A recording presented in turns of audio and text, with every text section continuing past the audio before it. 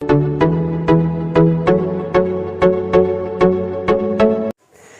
Student, welcome back to my channel. ये है बालाजी यार, इट्स मी अविनाश शिंगड़े। और इस वीडियो में हम डिस्कस करने वाले निमोनिया। क्या डिस्कस करने वाले? निमोनिया का ऑल कॉन्सेप्ट हम डिस्कस करेंगे। कॉजल ऑर्गेनिज्म कौन कौन से होते हैं, साइन एंड सिम्टम्स क्या होता है, मोड ऑफ ट्रांसमिशन क्या होता है, mode of transmission with diagrammatically समझेंगे। ये जो खाली स्पेस है ये इसीलिए रखी है मैं यहाँ पर डायग्राम निकाल सकूँ। और लास्ट में होता है प्रिवेंशन एंड कंट्रोल, डायग्नोसिस और ट्रीटमेंट। ठीक है, तो डायग्नोसिस और ट्रीटमेंट रहेगा। ये होता है अपना डायग्नोसिस और ट्रीटमेंट। और डायग्नोसिस और ट्रीटमेंट के बाद हम डिस्कस करेंगे प्रिवेंशन एंड कंट्रोल, मतलब हम प्रिवेंशन भी कैसे कर सकते हैं अपने निमोनिया से। ठीक है, तो ये सारी बात हम डिस्कस करेंगे। इससे पहले वाला वीडियो आपने नहीं देखा है तो उस वीडियो की लिंक इस डिस्क्रिप्शन बॉक्स में आपको मिल जाएंगी, उस पर क्लिक कीजिए और वीडियो एंजॉय कीजिए। जो कि आपका कॉन्सेप्ट है क्लियर कीजिए। ठीक है, और अनदर नए आए तो चैनल को सब्सक्राइब भी कीजिए, जरूर से सब्सक्राइब कीजिए। ठीक है, तो डिस्कस करेंगे निमोनिया क्या होता है। निमोनिया कौन सी कंडीशन होती है? ये एक इन्फ्लामेटरी कंडीशंस होती है। जैसे कि यहाँ पर बोलिए ना, इन्फ्लामेटरी कंडीशन मतलब क्या है, अपने जो लंग्स होते हैं, लंग्स में सूजन वाली जो कंडीशंस होती है, अपने जो एल्विला है, एल्विला जब सूज जाते हैं मतलब स्वेलिंग करते हैं, या उसमें क्या कर सकते हैं, म्यूकस सिक्रीशंस होता है, उसके वजह से लंग्स के अंदर अपने एल्विला में एक स्वेलिंग हो जाती है। उस कंडीशन को हम निमोनिया कहते हैं। ओके, डायग्रामेटिकली समझेंगे, पहले पॉइंट वाइज पॉइंट जाएंगे, नेक्स्ट में एडिशनल इन्फॉर्मेशन पढ़ेंगे।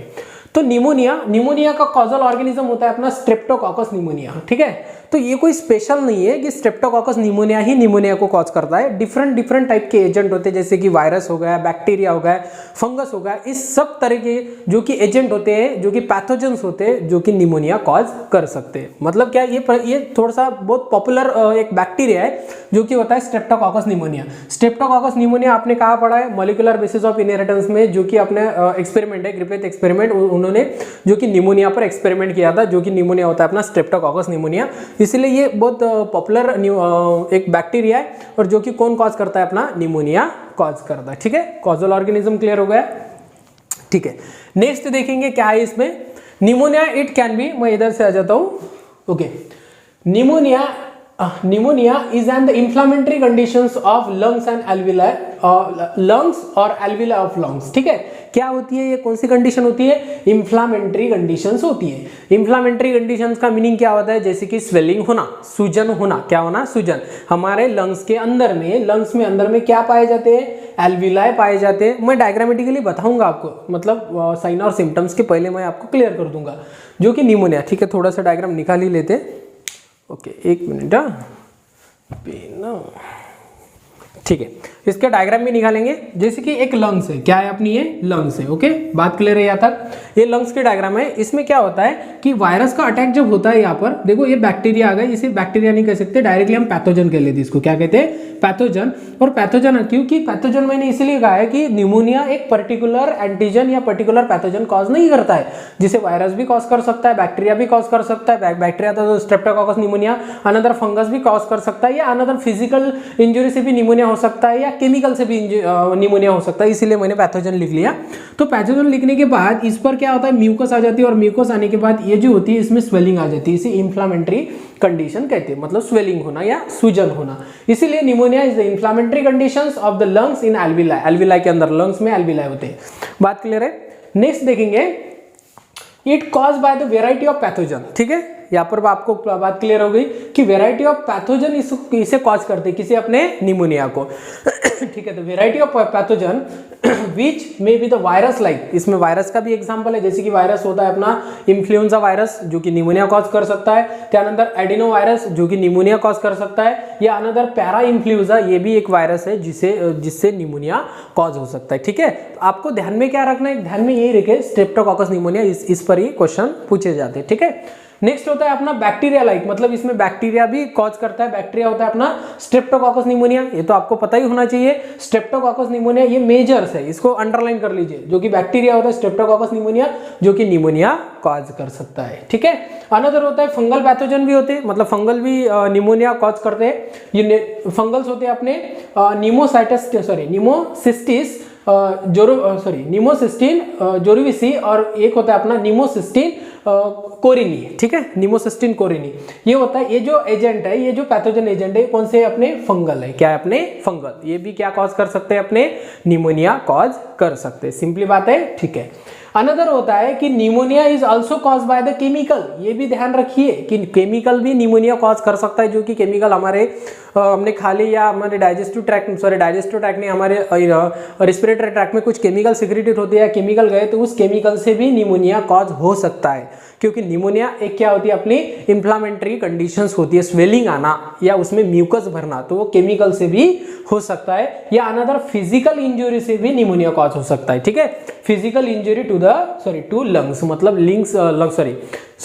लंग्स जो होती है, लंग्स को फिजिकल या कुछ लग गया, फिजिकल डैमेज हो गया, तो उस डैमेज से भी आपको निमोनिया कॉज हो सकता है। ठीक है, आपको क्लियर हो गया, कॉन्सेप्ट क्लियर हो गया? ठीक है, तो साइन और सिम्टम्स से पहले यही बात मैं आपको दोबारा से समझाऊंगा कि होता क्या है। ये बात क्लियर कर लीजिए, हमारे माउथ थ्रू या अनदर किसी भी रिस्पिरेटरी ट्रैक थ्रू क्या गया, अपना वायरस गया। ठीक है, मैं आपको क्लियर कर देता हूँ। रिस्पिरेटरी ट्रैक नोज से स्टार्ट होता है, नोज से स्टार्ट होने के बाद हमने डायरेक्टली किसकी डायग्राम निकालनी है, अपनी एल्विलाई की। ये क्या होता है, अपना एल्विलाई, और एल्विलाई के बिल्कुल पास से क्या जाती है, अपनी ब्लड वेसल्स जाती है। थोड़ी ब्लड वेसल मैंने बड़ी निकाली है इसीलिए आपको समझाने के लिए। ठीक है, इसमें रेड कलर का ब्लड निकालेंगे, होता क्या है तो। ठीक है, तो ये क्या है, अपना रेड कलर का ब्लड है, इसमें कंटिन्यूएशन में फ्लो हो रहा है, और फ्लो होने का लंग्स का क्या काम होता है, जैसे कि लंग्स में ऑक्सीजनेटेड ब्लड जो होता है, सॉरी ऑक्सीजनेटेड जो ऑक्सीजन होता है, जो कि कहाँ ट्रैवल करेगा, ब्लड वेसल्स में, और ब्लड वेसल में का जो कि CO2 है, CO2 कहाँ जाएगा, अपने एल्विलाई में। ठीक है, एल्विलाई कॉन्ट्रैक्ट करते रिलैक्स करते, कॉन्ट्रैक्ट करते रिलैक्स करते, मतलब हमारा जो एटमॉस्फेरिक ऑक्सीजन है वो ब्लड वेसल में जाएगा, और ब्लड वेसल में का जो कि कार्बन डाइऑक्साइड है वो फिर से लंग्स में आकर एटमॉस्फेयर में रिलीज किया जाएगा। तो ये जो बात होती है, ये मैकेनिज्म होता है अपना एल्विलाई का, जो कि स्ट्रक्चरल और फंक्शनल यूनिट होते हैं लंग्स। ठीक है, तो इसके वजह से ये क्या होता है, इधर से वायरस आया, फॉर एग्जांपल बैक्टीरिया कौन सा कंसिडर करेंगे, स्ट्रेप्टोकोकस निमोनिया, और स्ट्रेप्टोकोकस निमोनिया आया, तो स्ट्रेप्टोकोकस निमोनिया आने के बाद यहाँ पर अपनी वो कॉलोनीज डेवलपमेंट करेगा। क्या डेवलपमेंट करेगा, कॉलोनीज, और कॉलोनीज जब डेवलपमेंट करेगा, पैथोजन जब आता है तो इम्यून रिस्पॉन्स क्रिएट होता है, और इम्यून रिस्पॉन्स क्रिएट होने के बाद हमारा इम्यून सिस्टम उसे खाने लगता है, जो कि इम्यून सिस्टम में सेल्स होते हैं वो खाने लगते हैं। बट प्रॉब्लम क्या है कि इसकी पॉपुलेशन इतनी बढ़ जाती है कि वो इम्यून सिस्टम उसे झेल नहीं पाते, इसीलिए हायर कॉन्सेंट्रेशन ऑफ WBC या अनदर वजह से यहाँ पर म्यूकस हो जाता है। क्या होता है यहाँ पर, म्यूकस। बात समझ लीजिए क्या है, देखो यहाँ पर क्या हुआ, म्यूकस, जो कि एल्विलाई है। म्यूकस का मीनिंग क्या होता है, चिपचिपा पदार्थ होता है, जैसे कि चिपचिपा पदार्थ होता है ना, वो चिपचिपा पदार्थ यहाँ पर स्प्रेड हो जाता है। ठीक है, और स्प्रेड होने के बाद ऑब्वियस सी बात बताओ कि ये चिपचिपा पदार्थ है, इसीलिए ये जो कंप्लीटली जो एल्विलाई ये ब्लॉकेज हो गई,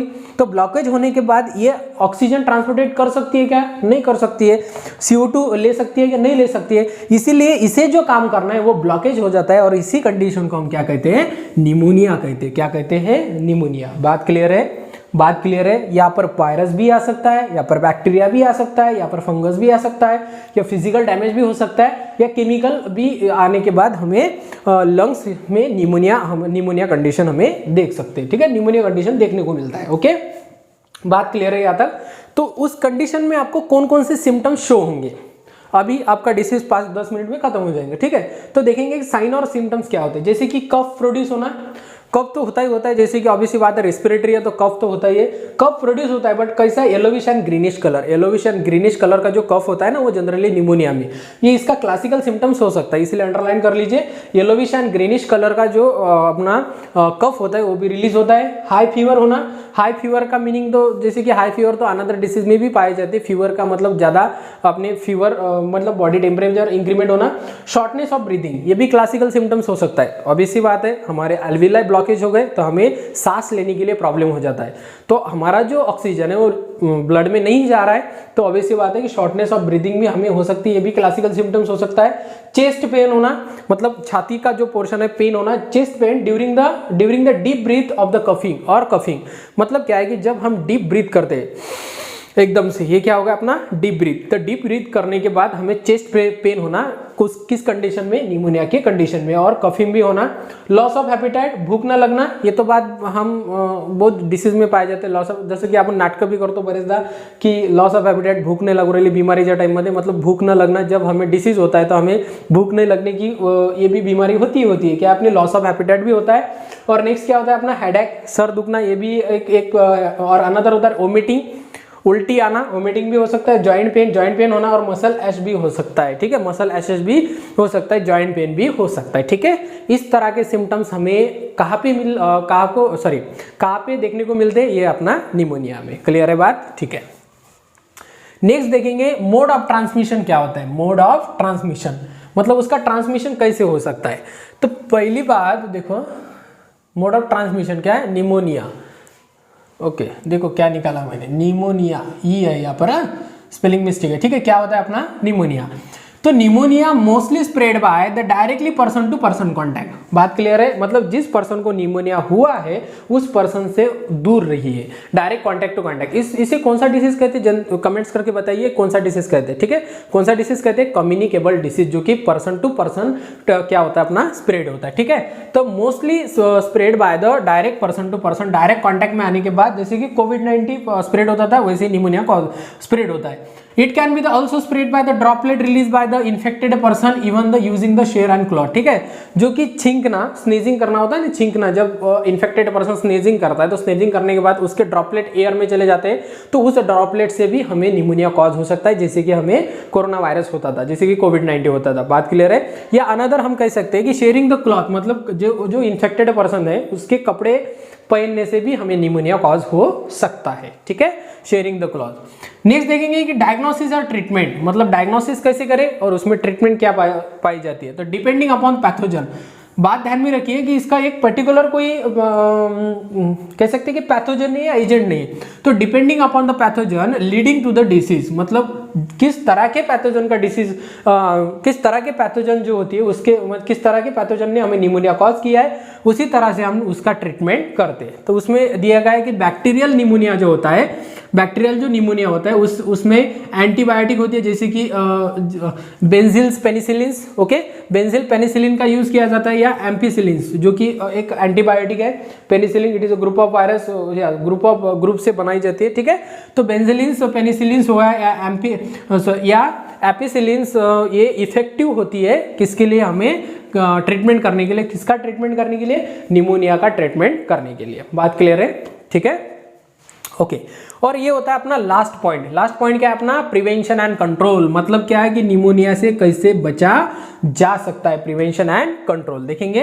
तो सबसे पहले हमें क्या लेना है, वैक्सीनेशन करना है, वैक्सीन लेना है। जब हमें हमारा बर्थ होता है तो हमें निमोनिया की वैक्सीन मिलती है, डिफरेंट टाइप के वैक्सीन मिलते हैं, जो कि वैक्सीन हमें लेनी चाहिए। Vaccine against the Haemophilus influenza, जो कि हाँ ठीक है, हीमोफिलस इन्फ्लुएंजा जो एक ये है, जो कि एक पैथोजन है जो कि निमोनिया कॉज कर सकता है, उसके अगेंस्ट में हमें क्या लेनी चाहिए, वैक्सीन लेनी चाहिए। या अनदर स्ट्रेप्टोकोकस निमोनिया जो कि निमोनिया कॉज करता है, उसके अगेंस्ट में भी हमें वैक्सीन लेनी चाहिए, जो कि मिलती है in the first year of life. मतलब आपकी जो लाइफ है ना, फर्स्ट ईयर का मीनिंग ऐसा नहीं कि जब हम 12वीं के बाद फर्स्ट ईयर में जाते हैं। फर्स्ट ईयर का मीनिंग है जब आपका जन्म होता है, तो जो पहला साल होता है उसी साल में आपको ये वैक्सीन लेनी है। First year of life help greatly to the reduce the chance causing the pneumonia, ठीक है। तो ये वैक्सीन लेने के बाद आपके चांसेस बहुत ज़्यादा कम हो जाते हैं कि आपको निमोनिया नहीं होगा, और हो भी गया तो वैसे भी ट्रीटमेंट आपको लेनी है, आपको ट्रीटमेंट अवेलेबल है, ठीक है। तो ये हो गया अपना कंप्लीटली कॉन्सेप्ट ऑफ निमोनिया। बात क्लियर है, ठीक है। तो क्या क्या देखा हमने, निमोनिया के एजेंट देखे, साइन एंड सिम्टम्स देखे, मोड ऑफ ट्रांसमिशन में हमने डायग्रामेटिकली समझा मोड ऑफ ट्रांसमिशन, और अनदर देखे तो डायग्नोसिस एंड ट्रीटमेंट भी हमने देखा है। और नेक्स्ट होता है अपना प्रिवेंशन एंड कंट्रोल, ठीक है। इस साल बोर्ड में पूछा जा सकता है ये, और पूछा गया तो अभी सी बात है आपको क्लियर हो गया होगा, ठीक है। बात क्लियर है, ठीक है। तो आपको वीडियो समझ में आया तो जरूर से चैनल को सब्सक्राइब कीजिए, और कोई डाउट्स हो तो कमेंट्स करते जाइए, और अनदर जिसे जरूरत है उसे शेयर जरूर कीजिए, ठीक है। धन्यवाद।